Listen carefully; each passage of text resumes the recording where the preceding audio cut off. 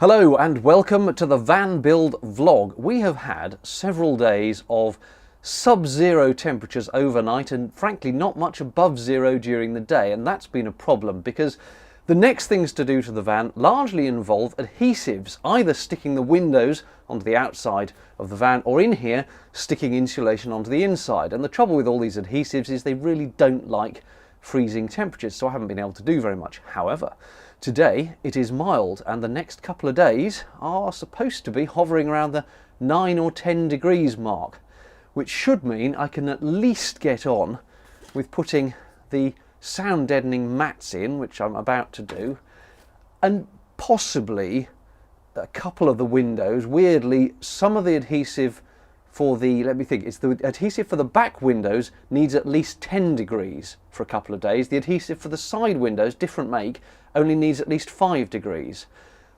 I was hoping to do the rear windows first because they're smaller, but with the temperatures being what they are, I think I might have to go and have a go at doing the side windows, which is going to be quite unnerving, what with cutting into the metal and all that. However, I digress. What have I been doing today? I've taken every last bit of trim out, and by the way, top tip, the little containers that strawberries and tomatoes and things come in the supermarket, very handy for keeping all your trim bits in one place.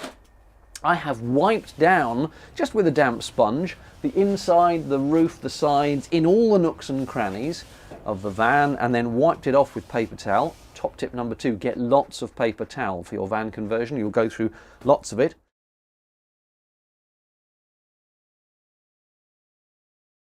This is something I wasn't expecting. After taking off the inner liner on the offside sliding door, you then find this sticky foam stuff has been stuck on, which I do need to get off so that I can insulate behind it. But it's fairly firmly stuck, so I think I may have to take a knife to it. Just behind that, staying on the offside, it's all fairly clear, and I should be able to get some insulation in there without any problems. On the near side though, there was one tiny little surprise, which is this electrical connection thing, which doesn't really seem to do very much, and it's just bolted to the frame with those 2 bolts, and I'm wondering if I can gently move it, because it's going to get in the way of trying to put any slabs of insulation in that space. Otherwise I'll just have to work around it. There's nothing behind that plastic plate. The wires just seem to go in there.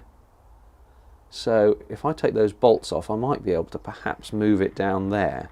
And the trouble, of course, is that presumably at some point that may need to be accessible in case of any issues with the van's wiring. So it definitely needs to move, I think.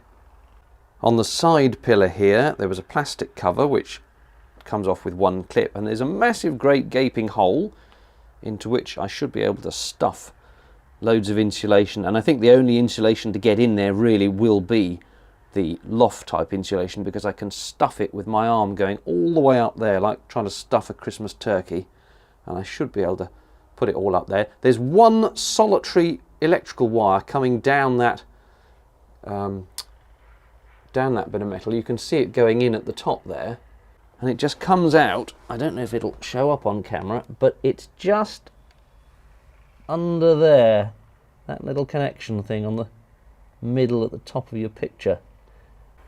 Now if I can disconnect that, it would be nice to reroute that, because for reasons I cannot fathom, it currently comes along this plastic conduit above the sliding door, instead of going in behind the metal here where it could go. It could be fed that way, but instead it comes along this plastic conduit, which will get in the way of lining out the van and putting the insulation in. But I can't help wondering whether there's some good reason why Toyota did it like that. But since it's just one bit of wire that's already in a cable sheath, I'm hopeful I can move that as well.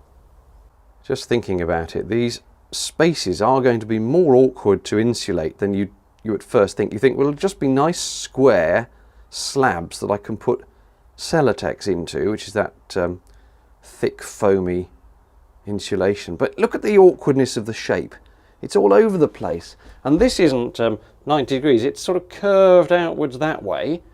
And the same with the ones above. All these surfaces curve outwards, so the Celotex will sit in flat, and then there'll be this little triangular shaped bit here, and then you've got these awkward curves in the corner, and also this little lip of the inner skin. So if I put the Celotex on this surface, I'll have to cut part of it out to allow this skin in, or if I stick it on the skin, then there'll be a gap behind it. It all seems so simple to start with, but actually, just looking at the shape of all this, yeah, the middle bit's fine, but getting around those corners is going to be a combination of cutting the Celotex, closed cell spray foam, and other bits of ingenuity, I think.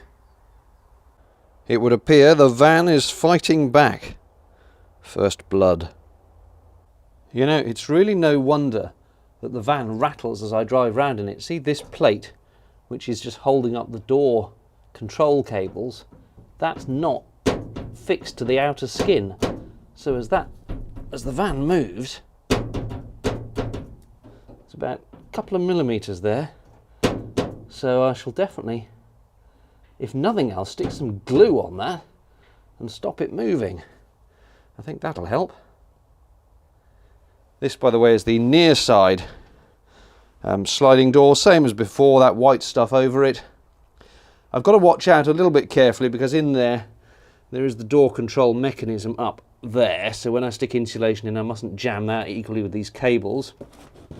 Another thing to bear in mind is that down there, probably not visible, but you can just see it in the corner, little drain holes for any condensation or moisture that gets in the door, and those don't need to be blocked up, I think, so I'll just have to be careful. I think a combination again of hard foam Celotex and loft insulation stuffed into there should do the trick, and the same with this side, which doesn't have a wire coming down, I don't think. Oh yes, it does. There we go, same sort of thing. But I should be able to stuff loads of insulation up there.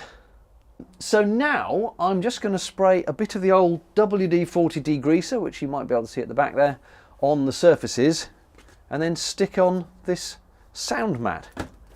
And that will be one good task achieved, I think. Oh, this stuff really dribbles. Oh, yoy. More of it's dribbling out the can than is spraying. Good grief. With the glorious benefit of hindsight, I'm not entirely convinced that degreaser was a good idea. Not only did it dribble mostly down my hand rather than spraying out, but if you look closely at the cloths I used to wipe it off again, which you are supposed to do, they've got a very slight hint of the paint about them, so it seems it's taken a few microns of paint off. However, that should at least leave a nice clean surface for the tiles to stick to. Let's find out.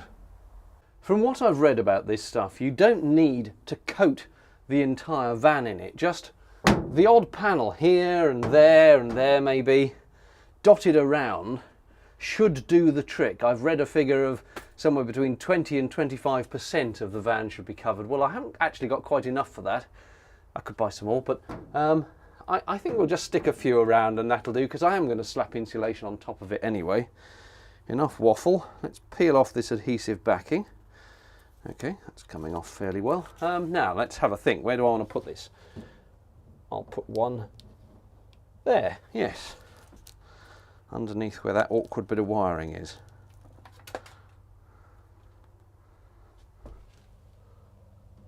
Right, don't stick before I'm ready. Don't stick before I'm ready. That will do, I think.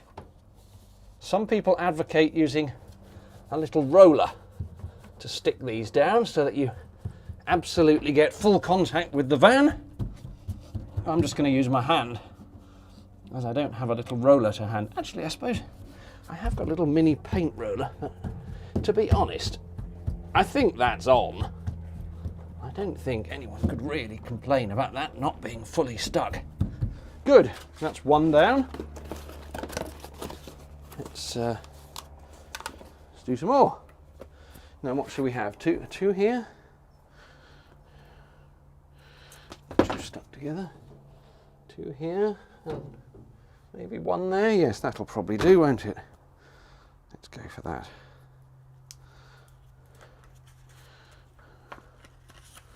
Pull the backing strip off. Make sure I've got space for another one below. Yes, plenty of space. Doesn't need to be precise, of course.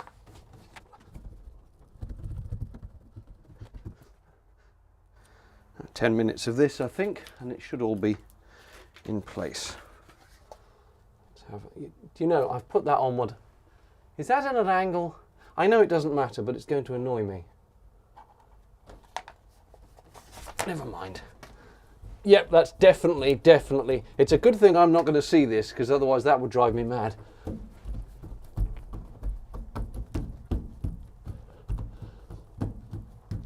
I've got to go and drive the van to, where shall I go, Wicks or somewhere like that, to go and get the Celotex insulation. So it'll be interesting to drive it with this stuff applied and see how much difference it actually does make. Right, that's 2. I suppose I could have put a 3rd one on there, but again, apparently you really don't need to add that much stuff. Shall I leave space for another one there? I don't know, I'm undecided. I think I might. I think I may not have enough panels. I may have to buy another couple.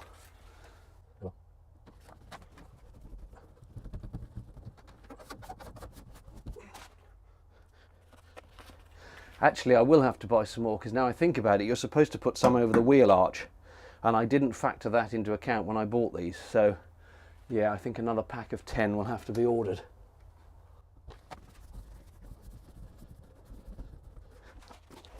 Obviously none going here, because that's going to be cut out for one of the windows. Let's have a go at an awkward bit. Is that going to go? Yeah, we'll get one in there. I might get 2 in there actually. Let's find out.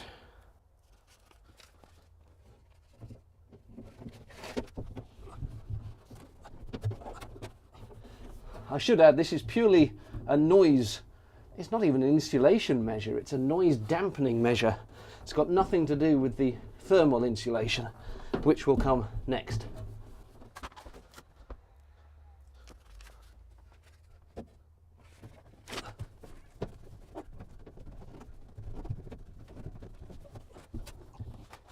Okay, that is one side done. Now I'll do the others, and I don't think I'll have enough left for the roof, but I will when I buy that second pack. So that'll be for another day. Right, that'll do for the day, I think. All these silver panels are in place, all the ones I've got anyway. There are a couple of spaces I still need to fill, notably on the roof. I've also, for my final trick, used a little bit of this stuff, which is window insulation film. Normally goes around the edges of the windows to stop drafts coming in. It's self-adhesive. And I've stuck a little bit of it on those rattly bits of metal in the sliding doors, just on the underneath. So now when they bang against the outer skin, they're hitting the soft foam instead of the outer metal, and so they don't rattle. Hopefully, that will be the end of the rattly van. Thanks for watching. In the next one, I'll either be putting insulation in, or, depending on the weather, possibly cutting the holes and putting the windows in. We'll just have to wait and see. Cheerio.